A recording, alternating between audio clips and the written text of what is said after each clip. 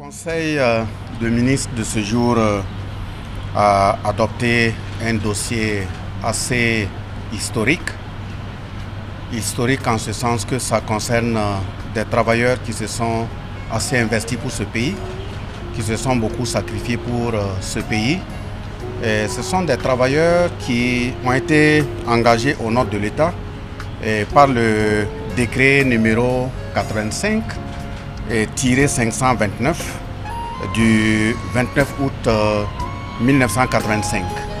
Ce sont des travailleurs qui étaient appelés des moniteurs et monitrices de l'éducation.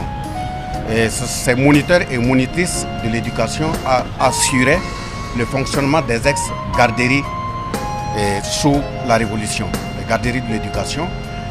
Aujourd'hui, le nom a changé, ce sont eux qu'on appelle les éducateurs de la jeune enfance. Mais il se trouve que la spécificité de ces moniteurs et monitrices avait été engagée dans une période sur la base de ce décret que j'ai précipité et qui ont eu des difficultés après d'intégration et de prise en charge. Le dossier a été déposé plusieurs fois sur la table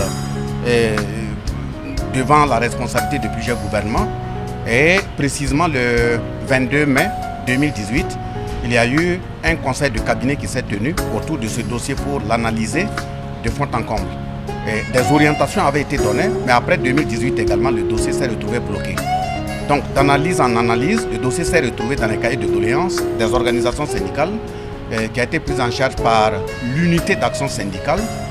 Après, c'est passé dans le cahier de doléances de la coordination nationale des syndicats de l'éducation. Donc, d'explication en explication, c'est fort heureux qu'aujourd'hui, nous avons constaté que le Conseil de ministres, à travers son Excellence, le président du FASO, a accepté que ces travailleurs, leurs préoccupations soient prises en compte. Ils sont au nombre de 548 personnes.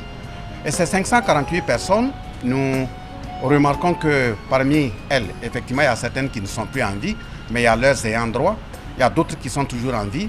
La majeure partie même sont à la retraite, mais étant donné que c'est des travailleurs qui se sont investis à travers l'éducation pour l'État, il y avait nécessité de revoir leur situation et les prendre en charge. Le montant estimatif de leur prise en charge en termes d'indemnisation remonte à 1,660 milliard 84 234 francs CFA. Donc c'est un dossier de longue date qui vient d'aboutir. Nous disons grandement merci à l'ensemble du Conseil de ministres, à ces deux excellences qui ont eu l'oreille attentive sur ce dossier qui se veut historique. Et nous tenons à dire grandement merci et félicitations à l'ensemble des acteurs qui ont eu la patience nécessaire d'attendre la résolution véritablement de ce dossier.